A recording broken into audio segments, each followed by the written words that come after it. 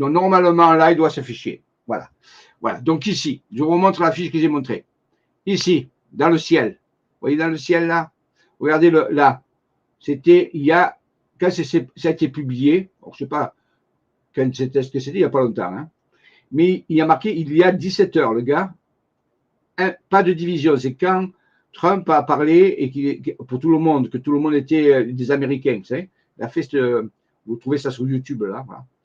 Donc, regardez son attitude. Vous voyez, regardez ce qu'il y a dans le ciel.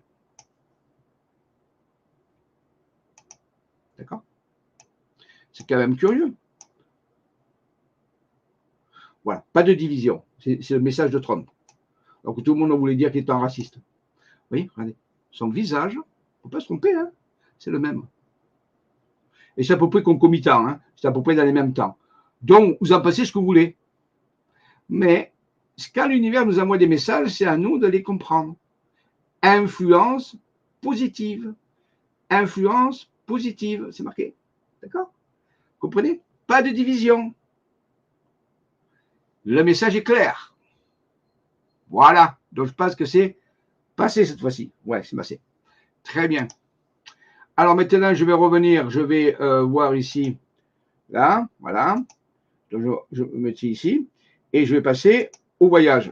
Alors, voilà, il y est. Donc, je reviens ici. Merci à celui qui me l'a dit. Hein. Je suis désolé, des fois ça marche, des fois ça ne marche pas.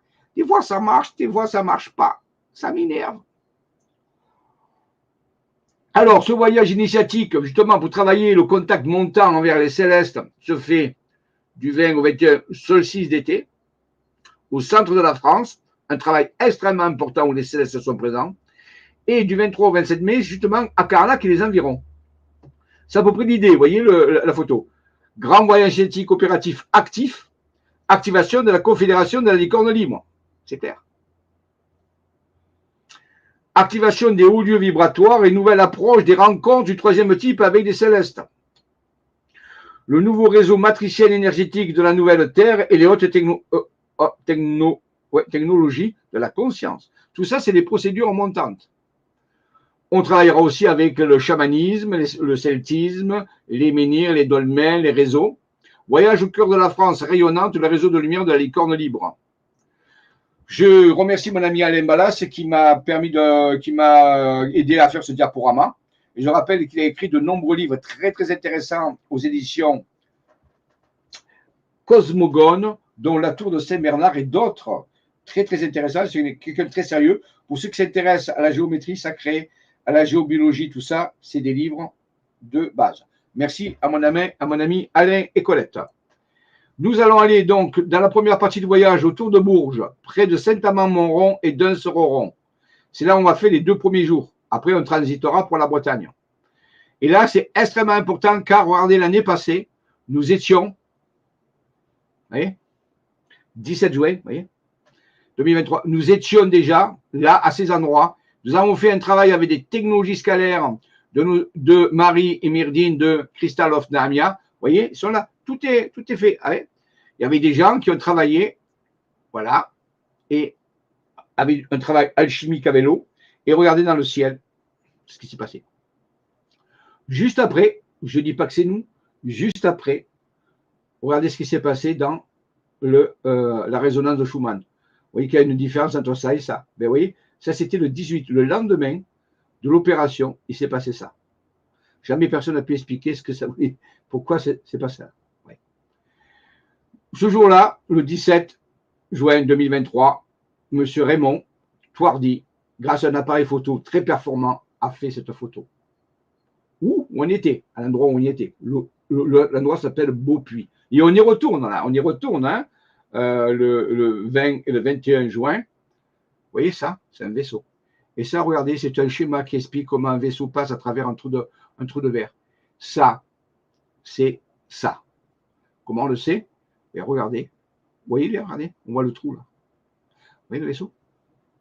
C'est un vaisseau qui passe à travers un trou de verre. Vous voyez, je l'ai agrandi, regardez. Vous voyez? Là, j'ai travaillé la couleur. Vous voyez, je travaille un peu la couleur pour vous montrer que le vaisseau, puis on voit le trou de verre autour. Vous voyez, le vaisseau, il est là, et on voit le trou de verre. Donc, je rappelle que c'est ça qui s'est passé. C'était le jour même. Le lendemain, le réseau Schumann, il fait un truc qu'il n'a jamais refait.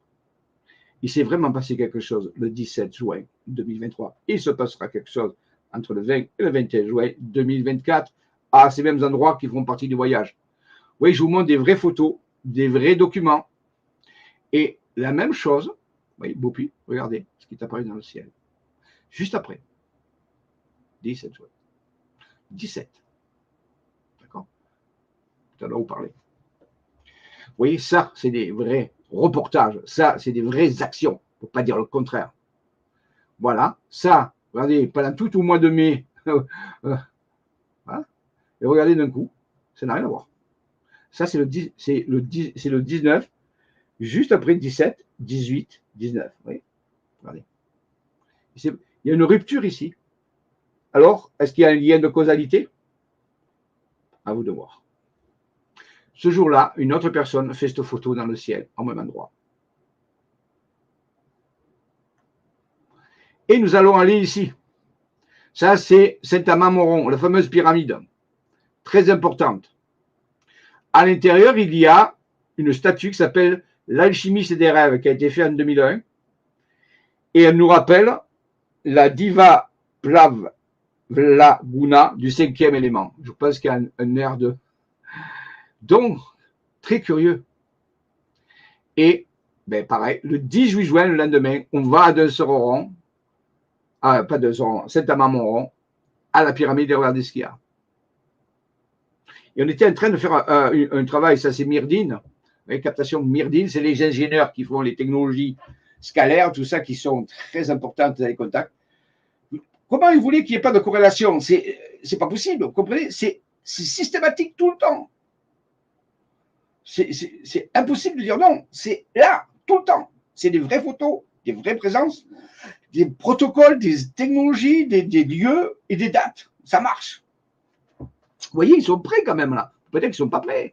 En pleine ville. Parce que là, c'est le musée de l'or. Alors maintenant, rapidement, je ne vais pas vous faire un cours parce que ça prenait des heures. Je vous montre rapidement les différents lieux où on va aller pendant le voyage. Activer le réseau mégalith. Mégalith, j'ai dû faire une faute, ça, ouais. Mégalith, sporique de lumière. Mystérieux mégalith. Voilà, donc je rappelle que tous ces réseaux sont soutenus par la Rose des Notre-Dame qui ont été faits par les cathédrales et Templiers. Ça, c'est un réseau qui existe, qui relie tous les cathédrales et églises commandés par les Templiers durant leurs 200 ans de passage. Ça, c'est des vaisseaux qui sont apparus en Bretagne il y a un an à 2 ans, où nous sommes allés œuvrer. L'année passée, on est allé œuvrer sur ces vaisseaux. C'est le fameux vaisseau triangulaire dont je vous parle. Et ça a été fait par Christiane Bounet. Il y a même marqué onde. Vous voyez, tout ce travail a été fait. Regardez ça. Voyez ça. Et regardez ça dans le ciel. Ça a été pris en même temps. C'est des vaisseaux pyramidaux. La photo, elle est là. Elle a été prise en Bretagne. Regardez. Ça, c'est des ondes. Vous voyez, la France, elle est en train de vivre quelque chose d'extraordinaire. On veut la descendre tout le temps. Mais moi, je connais, nous, on la monte. Nous, on la fait. C'est la France rayonnante. Ça se passe. C'est impossible d'ignorer tout ça. Personne ne peut expliquer comment ça peut être une pyramide dans le ciel par les nuages. On voit bien que ce n'est pas les nuages, c'est clair. Enfin, le gars qui voit que c'est des nuages, eh bien, il faudrait qu'il aille chez l'oculiste. Vous voyez, la photo, elle est là. C'est extraordinaire. Vous voyez, on voit bien. Ça, c'est les vaisseaux pyramidaux. C'est les vaisseaux de Evéaïs. C'est les vaisseaux de la Confédération des Alliances de la Licorne, je vous le dis. Alors après, on vous expliquera qu'est-ce que c'est comme mégalithe. Je ne fais pas l'explication, hein, je vous montre. Voilà les localisations des mégalithes, les densités de localisation. Merci Alain, tout ça c'est Alain. Vous voyez comment on trouve. Vous voyez, il n'y en a pas qu'en Bretagne, hein, quand même. Voilà. Tout ça c'est des mégalithes. Hein. Pas mal quand même. Hein. Oui, il y en a pas mal ici, regardez. Hein, c'est Ardèche, tout ça ici, là, ici. Ouais, c'est vrai qu'ici il y en a beaucoup, mais ici aussi. Voilà, en France. Alors ça c'est les menhirs et les dolmens. Vous voyez, regardez, je superpose les deux. Ça me fait quand même, hein. Regardez, je vous fais dolmen, menhir. Là, c'est menhir, dolmen, menhir, dolmen, menhir, dolmen, menhir, dolmen. Ça me fait quand même, hein. Les différentes mégalithes. Voilà, hein. Ça, c'est dans le Puy-de-Dôme, Auvergne. Voilà, Carnac. Voilà où on va aller. Carnac, les aliments. Menhir d'Aveyron, dans l'Aveyron. 64, Cromlech. J'y suis allé là. C'est magnifique. Quand on fait un travail ici, c'est extraordinaire. Le fameux Stonehenge. J'y suis déjà aussi allé, faire un voyage là-bas aussi. De Pérébroux, ça, c'est du côté du Périgord. De Fès, regardez ça. Tout ça, je les ai fait, ces pierres. Tumulus, Kercado, on va y aller pendant le voyage. Là, des énergies de fou furieux. C'est un moteur, ça, ce truc. C'est un moteur. Et quand on y est allé il y a plusieurs années, on avait photographié des vaisseaux dessus. Ça, c'est dans le. C'est plus loin. Voilà. Gavrinis, avec son. À l'intérieur, c'est fantastique. C'est la pierre et elle est sculptée. C'est incroyable. Il y a un bateau. Vous voyez, donc on vous donne les. Alors, je ne fais pas une conférence, je vous montre la contenu du voyage. Laurent Maillarquer, on va y aller. Qu'est-ce que c'est qu'une découverte? Comment ça marche? Comment nous, on va l'utiliser pour entrer en contact avec les célestes? Vous voyez? Ça, c'est Alain qui a fait tout ce travail de datation. Bon, je vous le montre. Karnak. Pareil. Il y a aussi en Irlande. Hein. Voilà, Newgrange. Magnifique. Ça, c'est en Bretagne. On est allé là. Magnifique. Voilà. Est-ce qu'il y a un lien? Khéops, Stonehenge. C'est un peu comme des mégalithes, hein, la grande pyramide, quand même. Avec l'époque des Celtes qu'on dit. Les Celtes avaient leur. Vous voyez, ça, c'est un bracelet qui émet des ondes quantiques, qui corrige la vibration. On en a repris actuellement. Mais vous voyez, déjà à l'époque, ils avaient ça. Ils se soignaient par résonance, comme je vous ai parlé tout à l'heure avec la musique. Pareil. Voilà, comment alors, est-ce que ça s'est construit comme ça? Hein? Voilà, il y a des différentes, des différentes théories qui expliquent, qui essaient d'expliquer comment on a construit. Est-ce que ça vient d'anciennes civilisations? Hein? Il y a aussi tout le contact avec les arbres, avec tout le druidisme, le celtisme, très important. Est-ce que c'est possible ça? Est-ce que les anciens connaissaient des moyens de faire léviter des pierres? C'est pas si idiot que ça, je vous le dis. C'est parce que vous ne connaissez pas la science du son, la science des résonances. D'autres possibilités aussi. Il ne faut pas la négliger. C'est possible. Est-ce que l'aide est venue du futur? On peut penser aussi, est-ce que c'est pas des êtres qui voyagent du futur? Il y a une hypothèse très importante actuellement. Beaucoup de scientifiques parlent justement du trou de verre qui permet de voyager dans le temps, aussi bien dans le futur que dans le passé. L'implantation des mégalithes par rapport à des méridiens d'acupuncture de la Terre qui se connectent à nos propres méridiens à nous. C'est pour ça qu'il y a un lien entre nous et les mégalithes, parce qu'il y a ces points de liaison. Hier on en parlait, justement, Raphaël parlait de ces points d'acupuncture avec ces cartes quantiques où il disait ça agit sur les points d'acupuncture. Mais les méridiens de demain, c'est comme les points d'acupuncture. Oui, mais sur la Terre. Alors peut-être que si on peut soigner avec des cartes quantiques l'individu, peut-être qu'on pourrait soigner la Terre réseau avec une technologie quantique aussi. Vous voyez, après, il faut penser à ça. Voilà, et après, il y a la géométrie sacrée, hein, ce qu'on appelle des axes lignés, où on s'est aperçu que les Saint-Michel, par exemple, eh bien, ils étaient répartis sur une ligne particulière. D'ici en Angleterre jusqu'en France, après en Italie. Vous voyez ça? Tout ça, vous voyez, les anciens, c'est comme une ligne. Donc, vous voyez, Delphes, Athènes, Délos, l'île de Délos, Lindo, Mont Carmel, ainsi de suite. Donc, vous voyez, regardez, il y a un alignement. Il faut tenir compte de la rondalité de la Terre, normalement. Même certains disent qu'elle est plate. Il y a un coefficient de courbure, quand même. Voyons, on voit ici. Voilà. Rayonnement du mont en géographie sacrée de la phrase traditionnelle. Rayonnement du mont, voilà, vous voyez, du mont Saint-Michel, en réalité. Vous voyez? Voilà. Tout ça, c'est la géométrie ancienne qu'utilisaient les anciens et que nous, on se croit si malins et qu'on a perdu tout ça. Et oui, tout ça, c'était des chemins d'énergie qui étaient reliés au céleste aussi, qui étaient reliés aux druides, parce que notre culture à nous, c'est le druidisme. Hein, les Gaulois, c'est le druidisme, c'est l'odinisme. C'est le culte de la civilisation disparue, de l'hyperborée, civilisation très avancée, très très ancienne, dans l'hyperborée, c'est-à-dire dans les pôles, au-delà du vent du nord. hyperborée. On n'en parle pas beaucoup, mais c'est la culture des Européens, ça, qui a donné plus tard les Vikings, et le druidisme, les Templiers et tout le reste. Vous voyez? Regardez tous ces réseaux qui se connectent les uns aux autres et tous ces alignements. Donc, vous voyez bien que ça, c'est cosmotellurique. Hein, il y a un lien entre le ciel et la terre. Ça sera expliqué pendant le voyage, ça sera même mesuré. Et on va travailler là-dessus sur ces réseaux pour se connecter au céleste. Vous voyez, les grands réseaux telluriques de Toll et Chandolan. Si je suis allé là, c'est magique. Vous voyez, ça, c'est des courants telluriques et c'est comme des méridiens qui sont régulés par les menhirs et les dolmens. Voilà. Hein. Voilà comment un dolmen menhir régule. Il crée des ondes de torsion qu'on appelle des vortex. Et ces vortex permettent d'ouvrir des portes entre les dimensions vibratoires pour faire un contact avec les esprits de la nature aussi, ce qui permet de nous soigner, de communiquer, et des célestes aussi. Tout ça, c'est une vraie science. Il n'y a que les ignorants qui pensent que c'est fou. Non, c'est parce qu'il manque de données. Ces personnes devraient plutôt faire des recherches. Et s'ils faisaient des recherches, ils auraient des réponses, ouvrir leur esprit. Ce n'est pas une critique, hein, je vous dis, c'est la vérité. Et la plupart des gens parlent, c'est parce qu'ils ne savent pas de quoi ils parlent. Donc, si vous faites les anciens, étaient très intelligents et différents de nous, mais très intelligents, et ils avaient découvert des secrets que nous, on a du mal à croire encore actuellement. C'est pour ça qu'on est malade. C'est pour ça que la civilisation est malade. Parce qu'on a perdu ces secrets.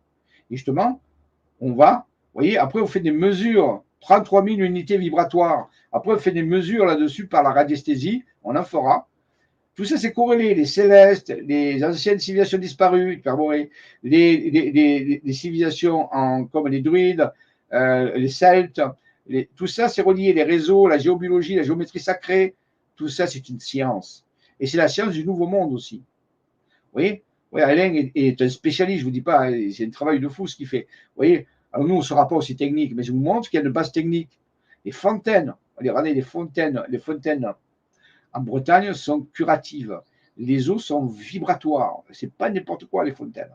Ce sont des points clés vibratoires. On ira voir des fontaines aussi. Vous voyez? Regardez. La fontaine, elle est là. Vous voyez, elle crée. Vous voyez, elle se connecte avec un menhir. Le menhir du Chandolan est connecté par la fontaine de Carpentier, appelée fontaine du Graal aussi. Oui. C'est ça les vortex. Oui. Alimentés par des lignes d'énergie. Pas de problème. Après, il y a des flux qui vont vers des cathédrales.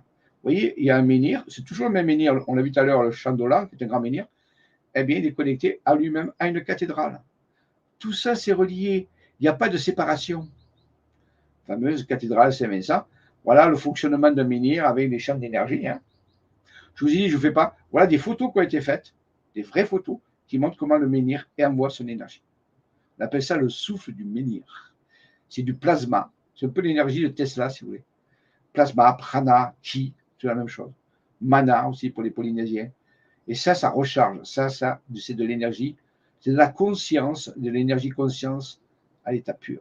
Et quand on sait l'utiliser, eh ça recharge les corps, ça ouvre des communications, ça fait plein de choses.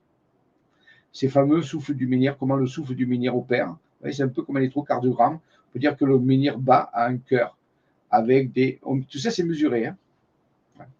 Oui. Voilà. Vous voyez que la nuit et le jour, ce n'est pas la même activité. Hein. Ben oui, parce que le soleil n'est pas le même, c'est sûr. Vous voyez que les étoiles, quand même, créent quand même des mouvements, mais que le soleil, c'est plus régulier quand même, oui. Et que le soleil, c'est plus harmonieux, alors que la nuit, c'est des mouvements. C'est dû à la lune, c'est dû à la présence des étoiles. Le menhir travaille aussi avec les étoiles et la lune. Regardez le souffle. Ça s'appelle l'effet épiphanie. C'est un monsieur qui l'a découvert. Un expert photographe, un photographe expert. Il a travaillé des années pour mettre au point une émulsion photographique capable de mesurer le prana émis par un menhir. Oui, les choses sont là. Encore faut-il les chercher. Voilà, donc les allées couvertes, ainsi de suite, et tumulus, comment le champ d'énergie relie deux pierres entre elles, vous voyez. Rappelez le 8, je vous ai dit le 8, 80 ans, vous voyez. Le 8, voilà. Est-ce que ça sert aussi à se repérer dans le ciel? Est-ce que les alignements ont servi à se repérer, à faire des repères, lever du soleil, coucher du soleil? Oui. d'autres alignements, on y sera celui-là. Vous voyez, on fait des calculs après, vous voyez, il faut faire des calculs. Il y a des angles. Oui, les anciens faisaient ça. Stone Age, on dit que c'est un calendrier astronomique. Et même pour voici la galaxie, notre galaxie, la Voie lactée. Vous voyez, l'ombre du menhir, comment ça fonctionne. Regardez, tous les axes. C'est des calculs extrêmes. Ça vient des milliers d'années. Hein. Des milliers d'années. Vous imaginez? Vous n'avez pas. On dit, oui, c'était des barbares. Regardez. Barbares. C'est nous les barbares, oui. Regardez. Regardez. Connexion avec le soleil, avec les étoiles. Incroyable. C'est Stonehenge. Hein? Oui. Regardez.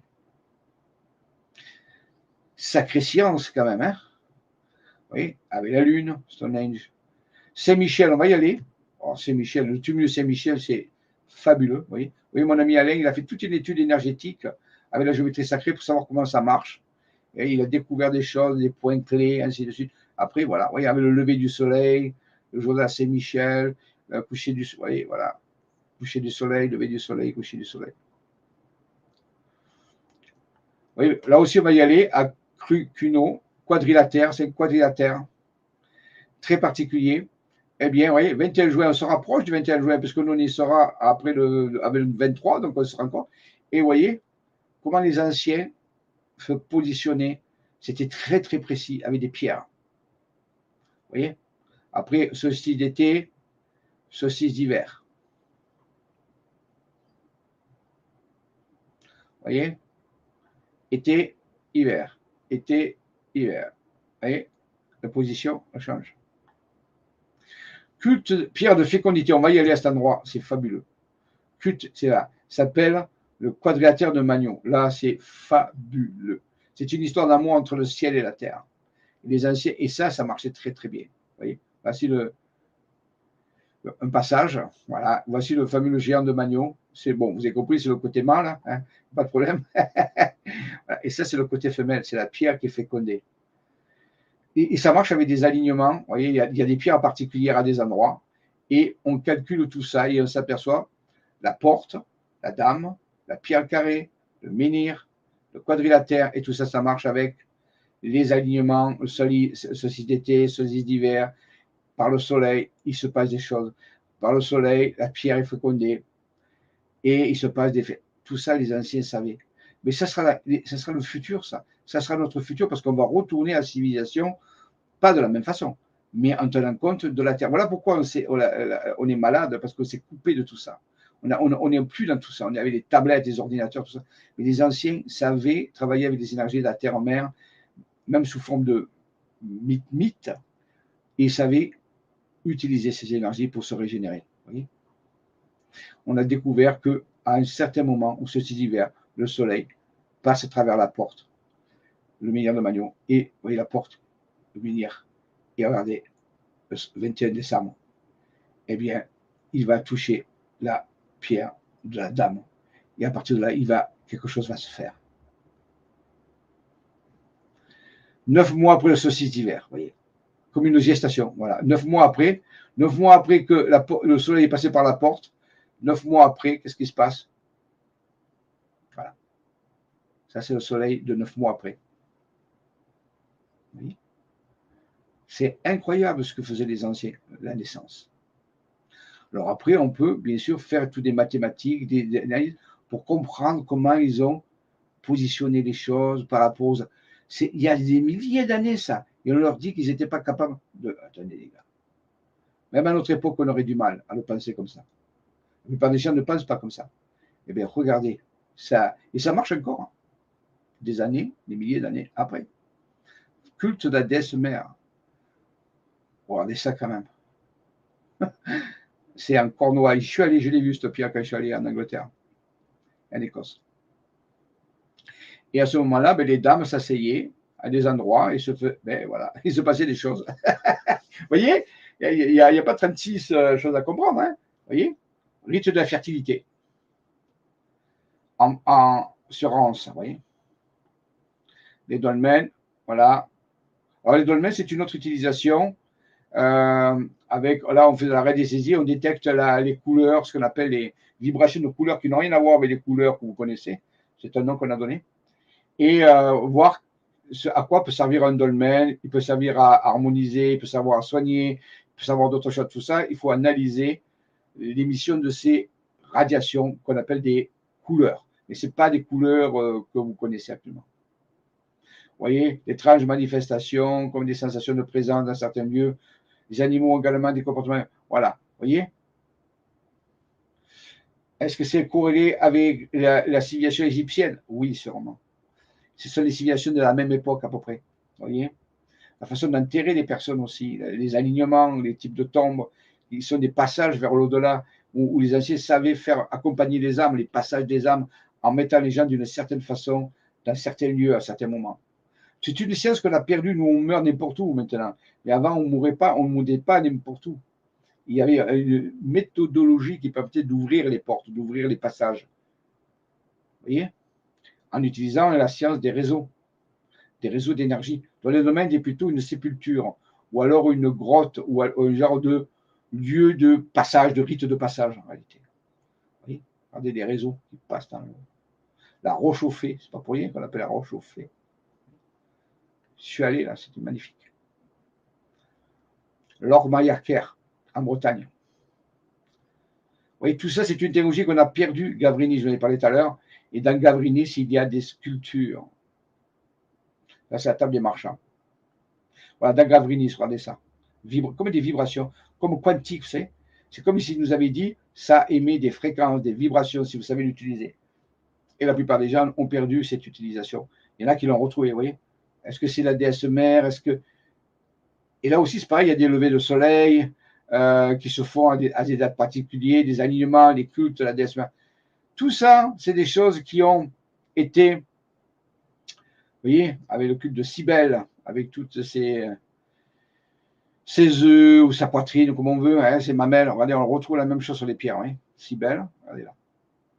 C'est les mêmes cultes. Il y a une unité entre ces cultures. Récupérée par la nouvelle religion, bien sûr. Après, ils ont mis une croix dessus. Parce que la nouvelle religion, le christianisme catholique, disait que les anciens, c'était des païens. Donc, il fallait... ils ont renversé des menhirs, ils ont détruit des pierres. Et quand ils ne pouvaient pas, ils mettaient une croix dessus. Parce qu'il restait une survivance très, très forte, surtout au niveau de la Bretagne. Donc, ils ne voulaient pas non plus se payer des révoltes. Donc, ils mettaient une croix dessus. Voilà. Voilà. Et il y en avait les anciennes prêtresses qui travaillaient avec ça. Avec ce qu'on appelait les sorcières ou la Wicca, qui étaient c'est pas mauvais du tout, ça n'a rien à voir. Hein. C'est simplement des personnes, surtout les femmes, qui œuvraient avec des énergies de la nature. La Wicca, ce qu'on appelle, W-I-C-A. Vous voyez? Voilà, donc c'était des druidesses, on va dire. On appelait ça des sorcières après, mais c'était des druidesses, des femmes guérisseuses, des initiés, qui travaillaient avec des plantes, tout ça, avec le cycle de la lune, et qui étaient capables de régénérer des gens et de soigner. Après, on a construit des églises romanes. Ça aussi, on a fait un voyage il y a des années, dans les années 2000, on est allé visiter les principales églises romanes qui s'inspirent de ce mégalithisme, on peut dire. Vous voyez, on va retrouver les mêmes choses. Parce que je vous donne un truc, par exemple, si vous prenez un clocher et une nef, vous voyez la nef, le clocher. Mais le clocher, c'est le menhir et la nef, c'est le dolmen. Vous avez la même chose. Donc, ils n'ont rien inventé. Hein. Voilà. Donc, je ne vais pas continuer. Vous voyez comment, pareil, dans les cathédrales, on utilise. Alors, ça fait long. Hein, c'est un long truc. Mais je vais venir à la fin. Voilà, parce que c'était pour vous montrer ce qui se ferait dans ce voyage. C'était presque fini. Hein. Voilà. Après, pour finir, eh bien, Alain nous parle aussi de dessin, de géométrie sacrée qui permet. Ça, c'est comment des commanderies templières ont été reliées en Provence. Et lorsqu'on les relie, ça donne des dessins comme ça. Rappelez-vous, c'est le 12e, 13e siècle quand même. Hein. Ils n'avaient pas de carte. Hein. Et regardez, ça, c'est en Provence, ça a été trouvé par Alain. Il a montré comment les commanderies templières étaient. Donc, vous voyez que les templiers sont les héritiers des druides et des celtes, c'est un fait. Qui, eux, sont les héritiers de l'Hyperborée, le culte d'Apollon, le culte d'Odin, tout ça. Vous voulez, l'odinisme. Il y avait un monsieur qui est en Bretagne qui en parlait bien, là, comment il s'appelle? Je ne me rappelle plus de son nom, il avait fait des films, il avait raison. Hein. Notre-Dame d'Odin, il avait appelé ça Notre-Dame d'Odin, c'était les cathédrales, ils appelaient Notre-Dame d'Odin. Voilà, Pagan, c'était Pagan, je crois. Ce site était Pagan, je crois, il s'appelait Pagan. Et il avait fait des films là-dessus, c'était extraordinaire. Oui, les Templiers sont les héritiers des Celtes. Les Vikings, qui eux sont les héritiers de l'Hyperborée. En conclusion, pour obtenir de beaux menhirs vigoureux, il faut les planter et les arroser. Là, c'est pour rigoler quand même. Et ceci nous ouvre vers un nouveau monde. Merci de votre attention. Donc, vous voyez, voilà, donc je vous ai présenté ce voyage. Donc, je rappelle que ce voyage, alors pour le trouver, vous allez ici. Comme ça, on y est direct. Vous allez sur le site www.isa-vision.com. Vous allez sur la page d'accueil et vous déroulez. Là, vous avez tous les voyages. Là, il n'y a pas que celui-là. On en parlera un chaque fois de temps en temps. Hein. Ici, j'ai fait ça. Pour la prochaine fois, j'en ferai un autre. Et si vous allez jusque là, voilà. Vous voyez, ici, voilà. Voyage initiatique découverte en Bretagne. Tout est expliqué, tous les lieux, d'où on va, ainsi de suite. Voilà, les conditions, tout ça. Donc, voilà. Donc ça, c'est un travail sur les traditions anciennes, sur la psycho-énergétique, les réseaux de lumière, les célestes, le contact avec les initiés. Pendant des jours, on va travailler là-dessus et je vous garantis, il n'en revient jamais le même. Hein. Voilà. Et on fera des photos et vous verrez qu'il y aura encore des vaisseaux. Toujours pareil. Tout ça dans le processus de la France rayonnante. Voilà. Je reviens un peu, quand même, un peu pour vous. Après cette